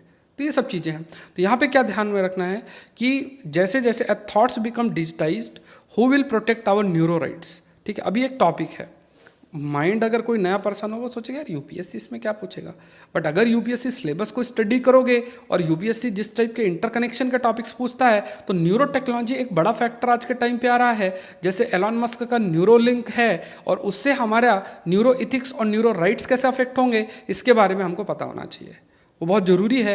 तो ये एक ऐसी चीज़ें आपको मतलब ये कोई किसी मैगज़ीन में चीज़ें नहीं आएंगी और जगह पे कवर नहीं होंगी, तो इसलिए न्यूज़पेपर को अगर आप या सेशन आप देखते हो तो वो चीज़ आपको बहुत हेल्प करती है। अपने सिलेबस के एडवांस टॉपिक्स को आप कवर कर लेते हो और चीज़ें अगर आप सिंपल रखते हो, आपको पता है कि मुझे ये किताबें पढ़नी है, मुझे ये एनसीईआरटी पढ़नी है, मुझे न्यूज़पेपर पढ़ना है और मुझे जो है ये आंसर राइटिंग करनी है। अगर चीज़ें इतने सिंपल लेकर चलोगे और इन्हीं पर वर्क करते जाओगे, बहुत ज़्यादा डाइवर्सिफाई करने की ज़रूरत नहीं है आपको, कोई और कुछ करने का ज़रूरत नहीं पड़ेगा। बहुत इंपॉर्टेंट है। ठीक है, अभी एक चीज़ और भी है, जैसे एक आईएएस ऑफिसर महाराष्ट्र की, फिर कई ऐसे केसेस आ रहे हैं जिसमें उन्होंने फेक सर्टिफिकेट का यूज़ किया। देखो ये मतलब अब मैं क्या बोलूँ, हम लोग भी तैयारी करते थे, उसमें भी कई ऐसे लोग रहते थे कि वो इधर उधर का कोई ओबीसी का सर्टिफिकेट बना रहा है, कोई किसी का सर्टिफिकेट बना के आराम से कई लोग जो है, अब है ना, ऐसे लोग दूरियां भी बना लेते हैं क्योंकि उनको पता है कि जो है गलत है। अब ये तो देखो ये बड़ी दिक्कत है ना। अब जो पॉलिसी है उसमें देखो इसलिए रिफॉर्म होना चाहिए। आप एग्री डिसएग्री करोगे, बट देखो किस तरीके से एक्सप्लॉइटेशन चीज़ों का किया जाता है। अगर डिसेबिलिटी कोई फेस कर रहा है, डिफरेंटली एबल्ड पीपल है, तो वो चीज़ किसके लिए रखी गई है? जो सही में उसको फेस कर रहा है। ऐसा थोड़ी ना कि सर्टिफिकेट कागज का टुकड़ा लेकर आ गया और अब बता दिया कि यार मैं जो है, मेरे को ये चीज़ है, और हम मान के बैठ गए। तो यूपीएससी का भी थोड़ा सा इसमें देखने की बात है। और अभी कई लोगों ने मुझे मैसेज किया यूपीएससी एपीएफसी के पेपर को लेकर भी, कि उसमें कुछ इश्यूज़ हैं। मैं भी देख रहा हूँ कि क्या इश्यूज़ हैं। बट जब वो पेपर हुआ था, कई स्क्रीनशॉट व्हाट्सअप और ये सब का जो है शेयर किए गए थे। अब उसमें भी पेपर लीक और इसकी बात की गई थी। अगर अब यूपीएससी जैसी संस्था में ऐसी चीज़ें हुई, मेनली मैनेजमेंट का ही इशू आता है। मैनेजमेंट जो होता है ना, पेपर तो बनता है तब तो ठीक है, लेकिन जब वो ट्रांसफ़र होता है, लोगों तक पहुंचता है, उस समय एक बड़े इश्यूज़ हैं। तो ये सोचने वाली बात है आज के टाइम पे। यूपीएससी ही एक संस्था है जहाँ पे लोगों का ट्रस्ट बना हुआ है। और UPSC, election commission, supreme court, और ये मतलब यही जो संस्थाएं हैं ना, देखो डेमोक्रेसी में संस्थाएं स्ट्रांग होना बहुत ज़रूरी है, और उन संस्थाओं में ट्रस्ट होना बहुत ज़रूरी है। उस ट्रस्ट को मेंटेन करने को जिम्मेदारी किसकी है? गवर्नमेंट की बहुत बड़ी बन जाती है। तो उसको मेंटेन करके रखना बहुत ज़रूरी है, और ये बहुत बड़ा चैलेंज आज के समय आएगा, सरकार के सामने भी आएगा और आना भी चाहिए। अब जैसे मान लो बहुत सारे जितने भी पॉलिटिकल एनालिस्ट हैं, उसमें बहुत सारे लोग डिफरेंट डिफरेंट इश्यूज़ को बोलते हैं, लेकिन आप ये सोचो ना, एग्ज़ाम का पेपर लीक बहुत बड़ा है भारत में। हर घर में, खास तौर से north India, UP, Rajasthan, Bihar, ऐसे एरियाज़ में देखो हर घर में लोग तैयारी करते हैं। और अगर मान लो पेपर लीक होता है, बच्चे की मेहनत जाती है, तो वो परिवार कभी भी गवर्नमेंट को सपोर्ट करेगा नहीं, वो बच्चे का फ्यूचर देखेगा ना। मतलब ये चीज़, मतलब आप इस चीज़ को वैसे समझो कि वो और चीज़ें हम मतलब बोलेंगे हमने ये नहीं किया, वो नहीं किया, मतलब जितने भी पॉलिटिकल एनालिस्ट है वो इन सब की बातें करेंगे। लेकिन एग्ज़ाम जो है ना, ये जो एग्ज़ामिनेशन है, क्योंकि भारत में बच्चा 8वीं क्लास में पहुंचा नहीं कि वो आईआईटी की तैयारी शुरू करवा देते हैं।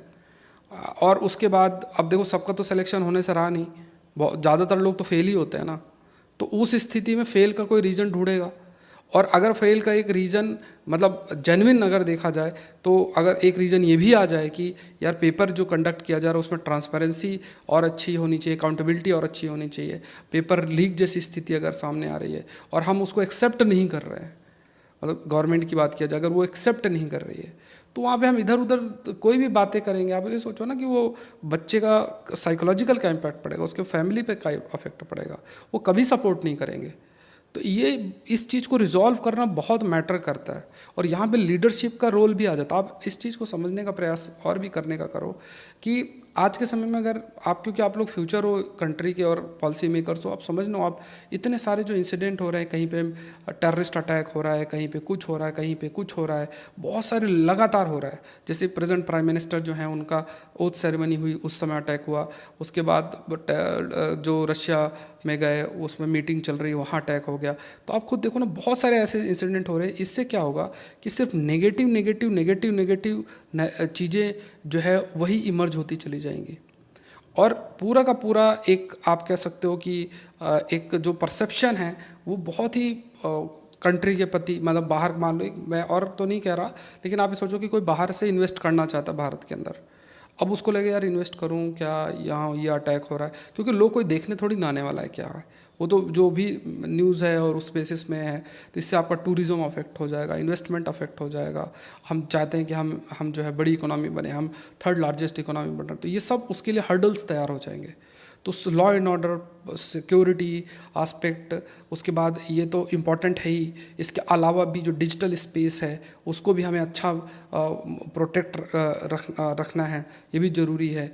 उसके अलावा और क्योस क्रिएट हो, जैसे पेपर लीक जैसी चीज़ें हो जाती हैं, तो वहाँ पे उन चीज़ों को हमें बहुत तगड़ा कुछ स्टेप्स लेने पड़ेंगे। अब अगर मान लो आप एक्सेप्ट ही नहीं करोगे कि ऐसा कुछ दिक्कत है, तो फिर चीज़ें तो रिफॉर्म होंगी नहीं। और जो बच्चा तैयारी कर रहा हो उसको आप एक्सेप्ट करो चाहे ना करो, उसको पता चल ही जाता है कि पेपर की क्या स्थिति, क्या लीक है। और अगर जेन्युइन है तो उस पर थोड़ा सा कदम जरूर से उठा। हम लोग का तो देखो इतना कोई बड़ा वो नहीं है कि हम इस पर कुछ कर सकें कि एक आवाज़ उठा दी और उससे बहुत सारी चीज़ें हो जाएंगी। बट मेरे लेवल पे यही मैं ये कहना चाहूँगा कि एक जिम्मेदारी लेना ज़रूरी है, इसके लिए कुछ कदम उठाना ज़रूरी है, और कि जो ये पेपर का लीक है, क्योंकि देखो democracy is all about trust. और ट्रस्ट किस पर? संस्थानों पे।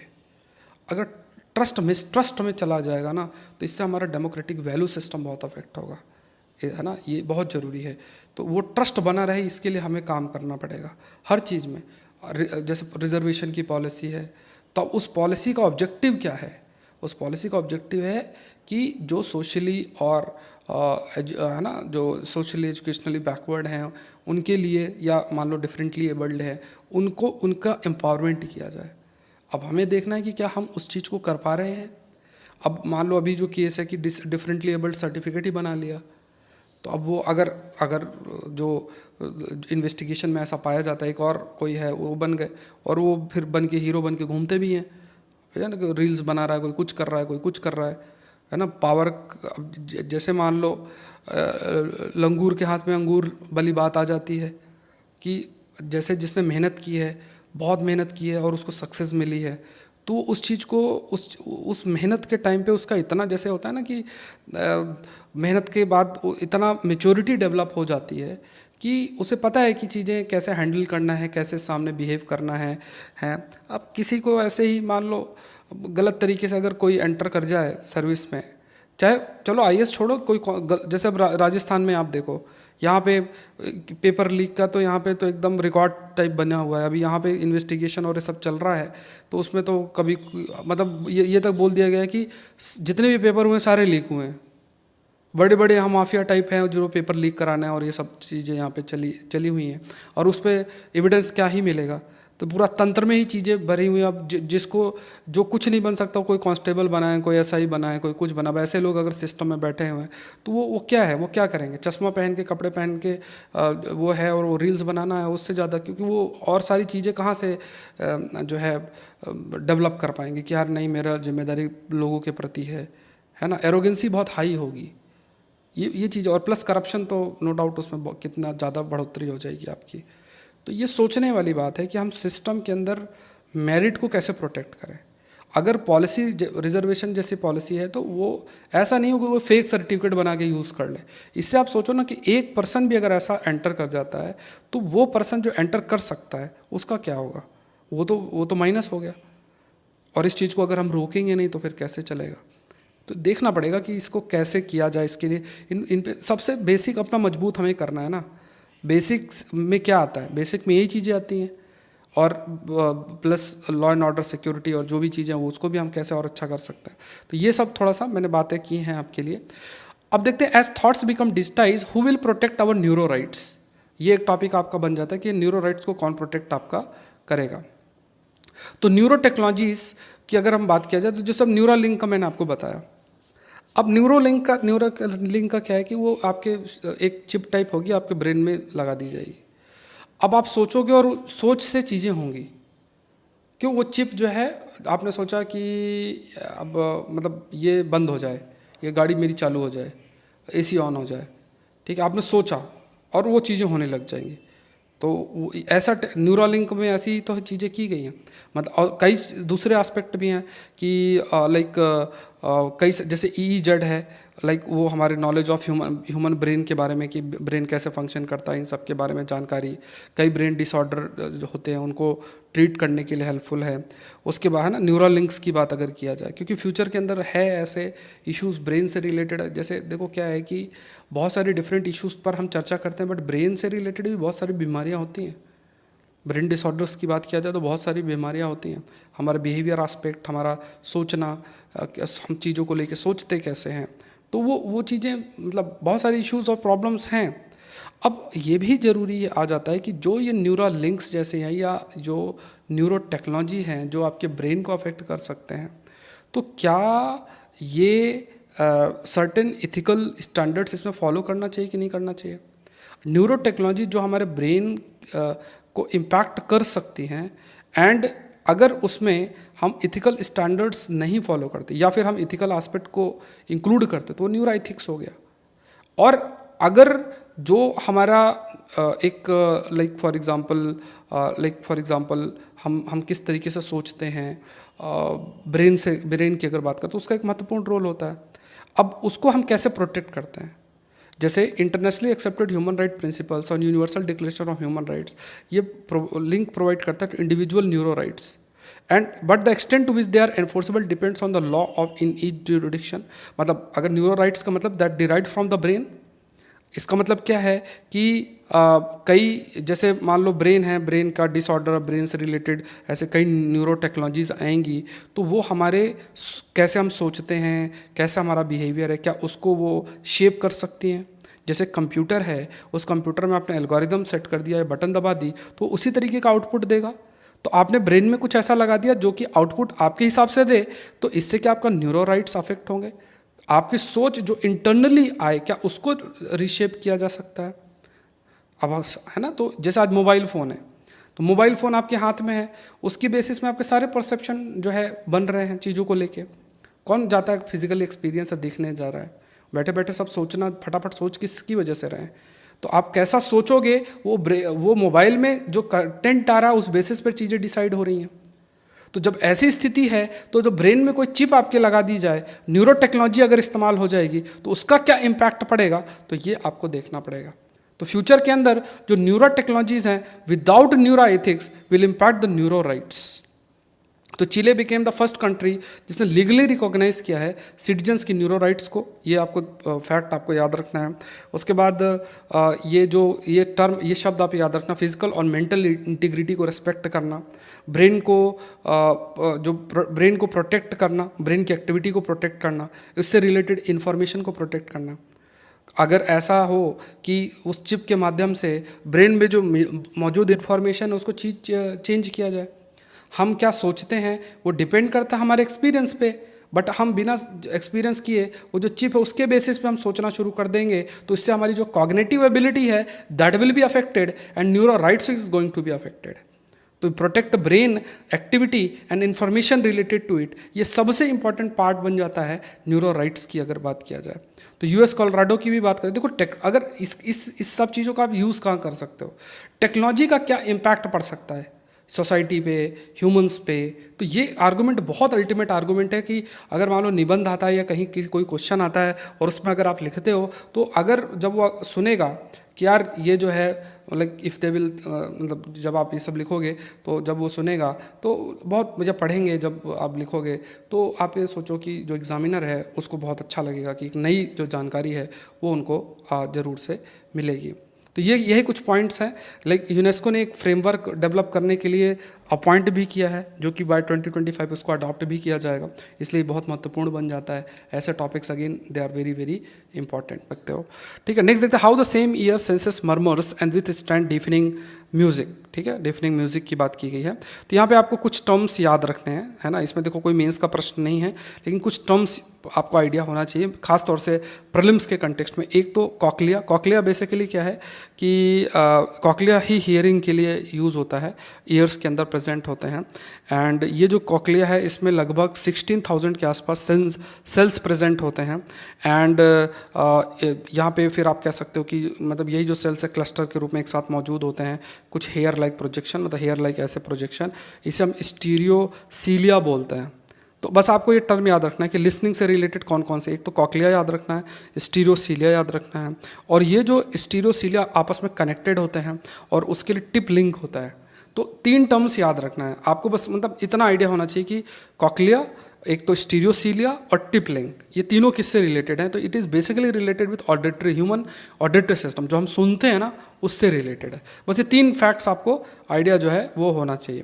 अब इंसान कितना साउंड सुन सकता है, 20 हर्ट्ज से, ठीक है, तो किलो हर्ट्ज तक सुन सकता है in frequency of 5 to 120 decibel intensity. And ये लगभग 10 से 100 पिको न्यूटन जो साउंड है वो प्रोड्यूस होता है। कहाँ पे? टिप लिंक्स में प्रोड्यूस होता है। टिप लिंक्स क्या, मैंने आपको बताया कि 2 एडजेसेंट स्टीरियोसीलिया कनेक्ट होती हैं थ्रू टिप लिंक्स के माध्यम से वो कनेक्ट होती हैं। तो ये देखना है। Auditory system relies on tip link. Each tip link consist of 2 proteins, एक है कैथरीन 23 एंड प्रोटो कैथरीन 15। तो ये 2 प्रोटीन्स आपको याद रखना है कि ये जो टिप लिंक है इसमें 2 प्रोटीन्स प्रेजेंट है, कैथरीन 23, प्रोटो कैथरीन 15, जो कि टिप लिंक। टिप लिंक मैंने आपको क्या बताया कि कनेक्ट करती है स्टीरियोसीलिया को और कॉकलिया की बात अगर किया। नेक्स्ट देखते हैं Iran capable of producing fissile material, ये कहा जाता है। अभी देखो यहाँ पे अपने पास 2 टॉपिक्स आते हैं। There is one topic that is fissile material, what do you mean by fissile material, ठीक है, एक तो ये टॉपिक आपका बन जाता है। दूसरा जो हमारे लिए टॉपिक बनता है that is joint comprehensive plan of action, जिसे हम JCPOA बोलते हैं, ठीक है। JCPOA एक टर्म हम जो है यूज़ करते हैं। देखो एक चीज़ मैं आपसे सभी से अनुरोध करूंगा कि जैसे आप लोग मैसेज करते हो कई बार, तो वो आप मतलब जैसे सपोज करो आप टीम से बात करते हैं, जैसे मैं नंबर आपसे शेयर करता हूँ या इवन जो मेरा पर्सनल नंबर है, तो मैं अवेलेबल, क्योंकि क्लासेस चलती रहती हैं तो अवेलेबल नहीं रहता, तो आप कई बार मैसेज करते हैं, आपको रिप्लाई नहीं मिलता है, तो उसमें परेशान नहीं होना है या बहुत ज़्यादा अपना मतलब अपना जो एक पेशेंस लेवल है उसको खोना नहीं है, ठीक है। तो अगर कुछ बहुत इंपॉर्टेंट होगा तो मैं खुद आपसे कॉल करके बात कर लूँगा, ये थोड़ा सा ध्यान में रखना है। दूसरी चीज़ है कि कई सारी चीज़ें हैं, है ना। मैंने अभी एक स्टूडेंट का मैसेज रीड किया है about the agriculture optional notes, तो मुझे जो फीडबैक मिला है कि जो उनके द्वारा भाषा का प्रयोग किया जा रहा है, मैं आपसे बस शेयर है कर रहा हूँ कि जो भाषा का प्रयोग किया जा रहा है कि फेक एंड पता नहीं सिली एंड इस टाइप का, ये एक अच्छी चीज़ नहीं है। दूसरी चीज़ क्या है कि जो स्टूडेंट हैं वो पार्ट नहीं है, मतलब वो पुराने संस्थान में थी और वहाँ पे वो उन्होंने पढ़ा है और यहाँ पे जो है वो हिस्सा भी नहीं है। स्टिल मैंने कहा कि मैं नोट्स प्रोवाइड करूँगा, कंपाइलेशन चला था, बट जो काइंड ऑफ लैंग्वेज आप देखोगे कि कभी किसी स्टूडेंट की अगर आप मदद भी करना चाहो और उसमें जो भाषा का चयन होता है उससे कई बार मन ऐसा लगता है कि यार ऐसा मदद करना चाहिए कि नहीं। दूसरा, कई जो स्टूडेंट्स हैं जो नए बैच का हिस्सा बने हैं उन सभी को, ऐसा कोई नहीं जिसको नोट्स नहीं दिए गए हैं, सभी को नोट्स दिए गए हैं, ठीक है। तो थोड़ा सा आप अगर मान लो कोई चीज़ किसी से एक्सपेक्ट भी करते हो तो अपने लैंग्वेज पे वर्क करो। अगर आप ऐसे लैंग्वेज का इस्तेमाल करोगे, किसी को मतलब अलग अलग जगह डाल के किसी के नाम को ख़राब कर रहे हो, तो ये एक फिर आप एक्सपेक्ट कर रहे हो कि आपकी मदद करे, फिर आप कहते हो सर आप हमारे टीचर हैं, तो ये एक कन्फ्यूज्ड माइंड जो है रिफ्लेक्ट करता है। अगर ज़रूरी है, ठीक है, तो दूसरे स्टूडेंट्स हैं जिन्होंने ज्वाइन किया है नए बैच को, सभी को नोट्स दिया है और वो नोट्स स्टूडेंट के द्वारा प्रिपेयर्ड है। आप दूसरे संस्थान के हिस्सा थे, आपने ज्वाइन तो किया नहीं है, अब उसमें आप एक्सपेक्ट कर रहे हो कि मैं सारी चीज़ आपकी मदद भी करूं, फिर आप जो उल्टा उल्टा बोलो उसको भी सुना जाए, टीम को भी आप अब्यूज़ कर रहे हो, बहुत सारी चीज़ों का लैंग्वेज आप इस्तेमाल कर रहे हो। तो ये सब चीज़ें आपको मैच्योरिटी के साथ डील करना है। मैं चाहूँगा कि आप मुझे मेल करो अपनी जो अपोलॉजी है, जो भी स्टूडेंट है, मैंने रीड किया है, पहले तो मैंने ध्यान नहीं दे पाया, सौरभ पांडे 456321, इस पर आप मुझे मेल करो। अगर आप ये वीडियो देखते हैं तो आप मुझे मेल करो कि जो भी रीज़न है कि आप ऐसा क्यों, आपके मन में आपकी क्वेरीज क्या हैं, आप ऐसा जो भाषा का चयन कर रहे हो क्या है, क्या किसी के द्वारा स्पॉन्सर्ड हो, क्या रीज़न है, ठीक है। बहुत सारी रीजंस हैं, क्योंकि मेरे जो स्टूडेंट्स हैं आई अंडरस्टैंड कि वो थोड़ा सा मेच्योर्ड इनफ हैं, और जहाँ पे भी जैसे मैंने कुछ कहा और इन केस मान लो कोई चीज़ थोड़ा सा डिले हुई, कुछ हुई, तो मैं इन्फॉर्म कर देता हूँ, जनरली इन्फॉर्म कर देता हूँ हर चीज़ के बारे में। आप मुझे मेल करके एक्सप्लेन करो व्हाट इज़ द रीज़न, और उसके बाद हम आगे प्रोसीड करेंगे, क्योंकि उसमें एक लाइन लिखी थी कि सर मुझे नोट्स चाहिए, मेरा ऑप्शनल इंपॉर्टेंट है, ठीक है। अगर आप नोट्स चाहिए, बट मैं फिर कह रहा हूँ कि आप यहाँ पे जो प्लेटफॉर्म रन हो रहा है 8-9 महीने से, इसका आप हिस्सा नहीं हो, फिर भी मैं मदद करने के लिए आपके तैयार हूँ, ठीक है। लेकिन भाषा का चयन अच्छा होना चाहिए, ये बहुत इंपॉर्टेंट है। आप अगर किसी से मदद की अपेक्षा करते हैं तो इट्स वेरी इंपॉर्टेंट कि थोड़ा सा मतलब एक लैंग्वेज अच्छी चूज़ करो, आप किसी को अब्यूज़ मत करो, किसी के बारे में गलत मत बोलो। ये छोटी छोटी चीज़ें हैं जो कि मैटर करती हैं। आप मुझे मेल करो, ठीक है, परेशान नहीं होना। अगर आप मेल करोगे, आप मुझे प्रॉपर एक्सप्लेनेशन दो, क्या चाहिए, क्या रिक्वायरमेंट है, क्या दिक्कत है, करो। मैं आपको, अगर मैंने कहा है तो फिर ये जो भी है वो आपको मेल कर दिया जाएगा, ठीक है। तो जब भी आप वीडियो देखें, अगर देखते हैं तो आप ज़रूर से इसके बारे में सोचें। और मेरे लिए देखो, आप लोग जितने भी स्टूडेंट्स हैं, सभी लोग बहुत इंपॉर्टेंट हैं, और इवन कई सारे स्टूडेंट्स हैं जिन्होंने अपनी स्थिति के बारे में बताया है। अब कई चीज़ें ना उनकी मदद भी की जाती है ना। इवन मैंने फ्री में भी कोर्सेज में ऐड किया हुआ है स्टूडेंट्स को, बट उसका ना एक्सप्लॉइटेशन नहीं होना चाहिए, ठीक है। आप बड़े संस्थान में जाओगे, कहीं जाते हो, वहाँ आप ऐसी बातें नहीं कर सकते कि सर मुझे 5 रुपये का भी कोई डिस्काउंट नहीं देता है, तो वहाँ पे आप ना उस चीज़ का एक्सप्लॉइटेशन नहीं करना है। ये मेरा सभी से, आप लोग से आग्रह है। और आप एकदम से आप है ना, आप में से बहुत सारे लोग आप मुझसे जुड़े हुए हैं, तो ऐसा नहीं कि एकदम से आप जज आप कर ले कि अगर एक ने किसी ने गलत कुछ बोल दिया आप सोचने लगे नहीं सर ऐसा कर रहे हैं। आप काम के प्रति डेडिकेशन या जो कंटेंट मैं आपको फ्रीली प्रोवाइड कर रहा हूँ उस पर आप थोड़ा सा नज़र बना के रखें, ठीक है। उसके बेसिस में आप अपना डिसीजन मेकिंग करें, यही मैं आपसे कहना चाहूँगा, ठीक है। क्योंकि देखो, हम लोग का ऐसा तो कोई इंटरेक्शन होता नहीं है। इट्स अगेन, मैं अपने जो भी मन की बात है वो आपसे हाईलाइट करता हूँ या बात करता हूँ। और साथ में आप अपना व्यू पॉइंट रखते हैं। तो ये एक म्यूचुअल एक्सचेंज है, ठीक है। चलो, व्हाट इज़ फिसाइल मटेरियल के बारे में देख लेते हैं। तो ये क्या है कि देखो यहाँ पे आप ऐसा सोचो कि जैसे आटा से रोटी बनती है, वैसे ही न्यूक्लियर वेपन और ये सब बनाने के लिए जो मटेरियल यूज़ होता है उसे हम फिसाइल मटेरियल कहते हैं। तो हाईली एनरिच्ड होते हैं। Like for example 3 fissile material आपका यूरेनियम 233, यूरेनियम 235 है, प्लूटोनियम 239 एंड ये फैक्ट आपको याद रखना है। इसमें नेचुरल यूरेनियम, डिप्लेटेड यूरेनियम ये इंक्लूडेड नहीं होती हैं और have only been irradiated in thermal reactor. तो ये थोड़ा सा लाइन आपको याद रखना है कि फिसाइल मटेरियल में इंक्लूडेड क्या होता है। क्या नेचुरल यूरेनियम फिसाइल मटेरियल में इंक्लूडेड होता है? नहीं। फिसाइल मटेरियल क्या होता है? जिसके माध्यम से आप न्यूक्लियर वेपन बनाते हो। अब न्यूक्लियर वेपन बनाने के लिए जैसे कई मतलब ये तो बेसिक प्रोसेस है। न्यूक्लियर रिएक्टर की अगर हम बात करें उसका इस्तेमाल होता है और इसमें मतलब एनरिचमेंट किया जाता है 90% एंड अबव का एनरिचमेंट अगर आप करोगे ये न्यूक्लियर मटेरियल का, तो it can be used for weapon production के बारे में। नेक्स्ट देखते हैं व्हाट इज पीसी इमुलेटर क्या होता है। ये साइंस एंड टेक्नोलॉजी का टॉपिक है। तो यहाँ पे इमुलेटर्स क्या होते हैं, तो जैसे इसमें हाईलाइट किया गया है कि जैसे कोई एक सॉफ्टवेयर है और वो विंडो में चलता है।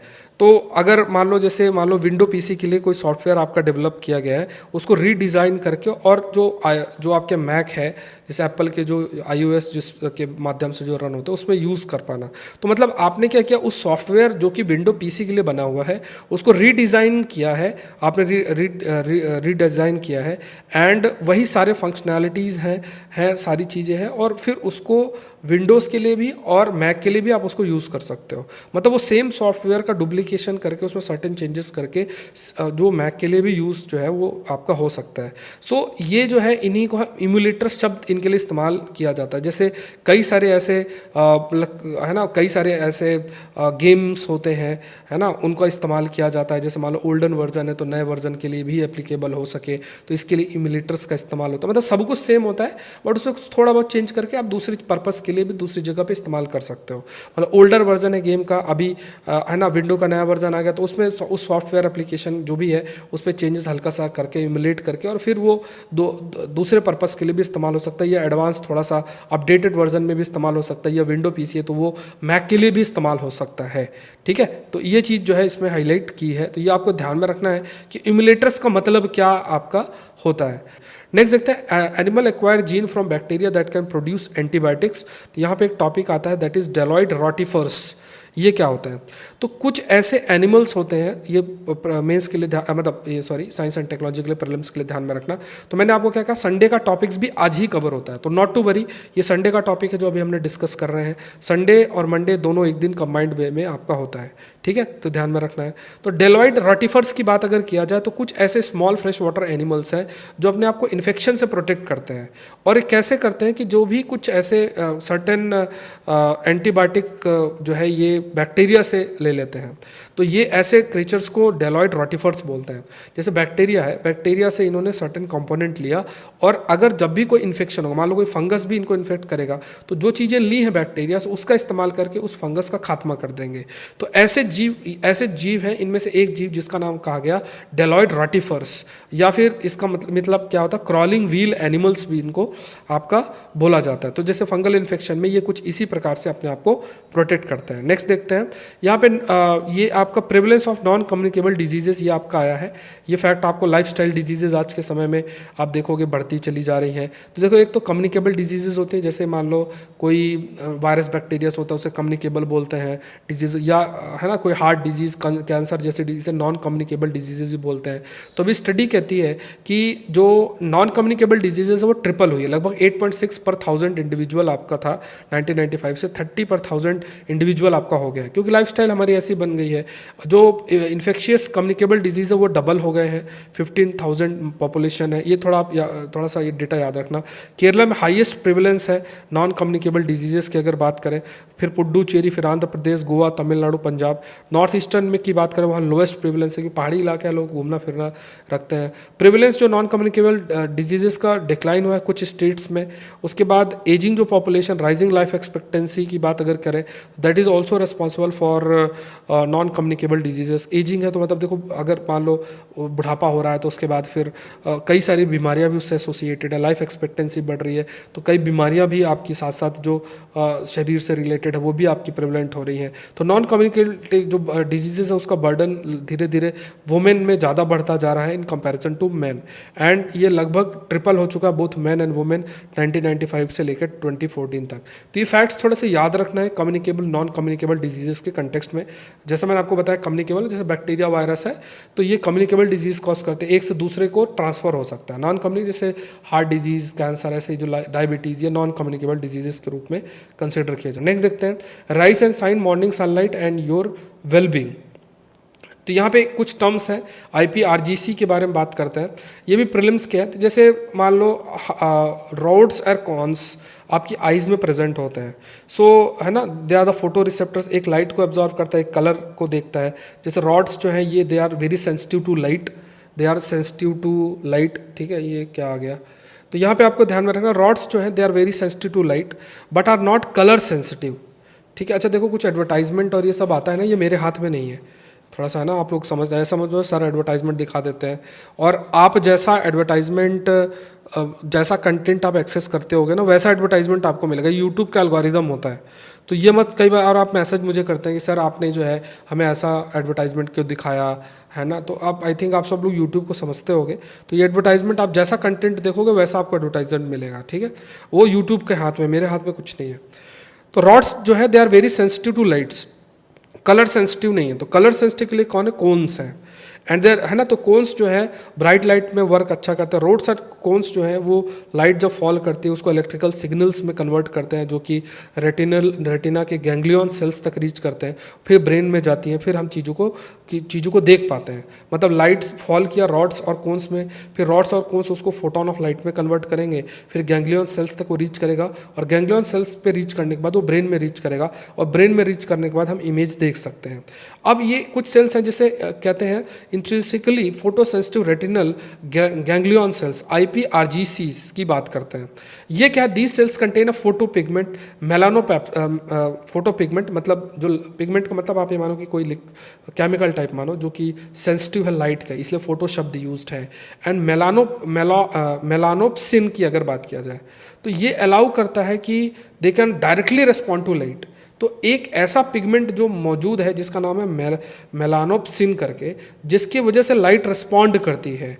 एंड ये सेल्स का बहुत महत्वपूर्ण रोल होता है कि हम लाइट से किस तरीके से इंटरेक्ट कर सकते हैं। तो ये जो इलेक्ट्रिकल सिग्नल्स आते हैं IPRGC से, वही हमारे ब्रेन में ट्रैवल करते हैं, और वही स्लीप, अलर्टनेस और मूड रेगुलेशन के लिए रिस्पॉन्सिबल आपके होते हैं। अब जैसे क्या होता है मालदीव्स में, क्या होता है, लोगों को बहुत जैसे टूरिज़्म के लिए जाते हैं, तो एक ये इसमें दे रखा है एग्जाम्पल के रूप में, तो लोग जाते हैं टूरिज़्म के लिए। अब उसमें क्या है कि सुबह सुबह जितना जल्दी जाएंगे उतना ज़्यादा उनको रहता है कि मछलियाँ, शार्क और ये सब देखने को मिलेंगी, तो ज़्यादा बिजनेस होगा, ऐसा कुछ। तो क्या करते हैं, जब मूव करना होता है उससे पहले वो एक बहुत बड़ी लाइट जलाते हैं, मतलब है ना, जिससे कि जो जितनी भी मछलियाँ उनको ये मैसेज मिल जाता है दिन हो गई, ठीक है, और वो बाहर निकल आती हैं। तो इस टाइप का अरेंजमेंट किया जाता है। तो ऑल्दो इसका, अब जैसे हम लोग भी क्या करते हैं, रात भर फ़ोन देखते हैं, अब इससे क्या है कि रेटिना पे जो लाइट पड़ती है, इससे जो हमारी स्लीपिंग साइकिल भी बहुत अधिक अफेक्ट होती है। तो ये कुछ डेवलपमेंट्स हैं जो लगातार आपके हो रहे हैं।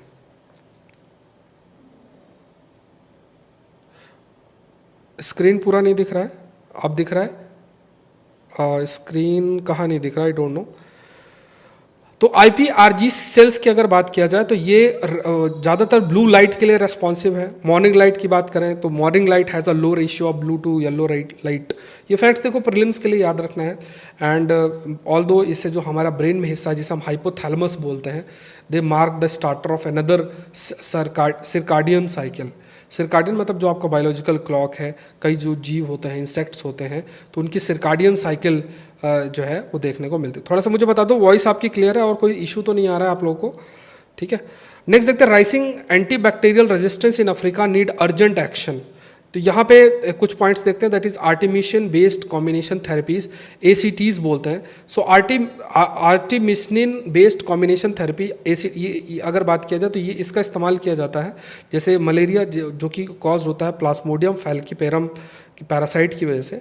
तो मलेरिया की बीमारी को ट्रीट करने के लिए आर्टेमिसिन बेस्ड कॉम्बिनेशन थेरेपी एसीटीज़ का इस्तेमाल आपका किया जाता है। ठीक है, जनरली जो है क्योंकि देखो आर्टेमिस रेजिस्टेंस जो है लगातार देखने को मिल रहा है, मतलब जो आर्टेमिसिन है इसके प्रति रेजिस्टेंस इस पैरासाइट के अंदर देखने को मिलता है। इसका मतलब कि अगर ये जो मलेरिया के कॉजिंग ऑर्गेनिजम्स हैं इनमें अगर ये ट्रीटमेंट किया जाता है तो इन पर कोई असर नहीं आपका पड़ेगा। तो यहाँ पे कहा गया है कि अब क्या है जो लाइक ट्रिपल ACTs का इस्तेमाल किया जाएगा, मतलब ACTs मतलब आर्टिमिशन बेस्ड कॉम्बिनेशन थेरेपीज़ है, इसको थोड़ा सा मॉडिफाई करके इस्तेमाल किया जाएगा जिससे कि आर्टिमिशन रेजिस्टेंस इस जो पैरासाइट के अंदर प्लास्मोडियम फाल्कीपेरम जो पैरासाइट्स हैं इनके अंदर जो धीरे धीरे रेजिस्टेंस डेवलप हो रहा है उसको काउंटर करने के लिए इस पर मदद मिलेगी।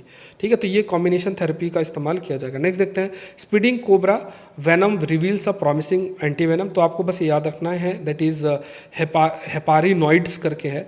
तो हेपारिनॉइड्स क्या है? हेपारिनॉइड्स की अगर बात किया जाए तो एक स्टडी अभी हाईलाइट किया जा रहा है जिसके माध्यम से कि जो वेनम है, जो जहर है, स्पिटिंग कोबरा जो ये कोबरा होता है, कोबरा सांप होता है, तो आप देखोगे एक इसकी कैटेगरी होती है जो कि इस जो है स्पिट करता है। ठीक है, जनरली आप क्या करता है, स्पिट करता है।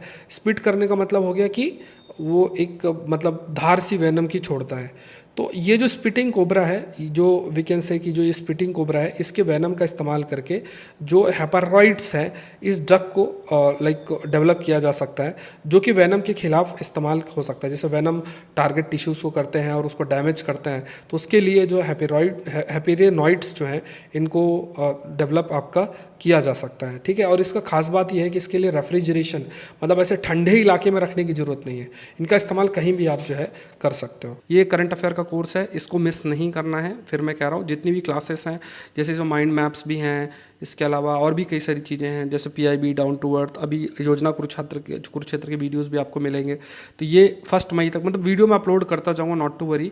तो जैसे जैसे वीडियो अपलोड होते रहें उसको आप फॉलो करते जाओगे, सारा कंटेंट उस पर रहेगा, तो आप फॉलो। ये एक कंप्लीट एग्रीकल्चर ऑप्शनल इसी क्लासेस भी चल रही है, बुक सीरीज़ है, सारी बुक एक कोर्स के अंदर है, सारी बुक आप पढ़ सकते हो। बुक्स पढ़ना बहुत इंपॉर्टेंट है, NCERTs पढ़ना बहुत इंपॉर्टेंट है आज के टाइम पे।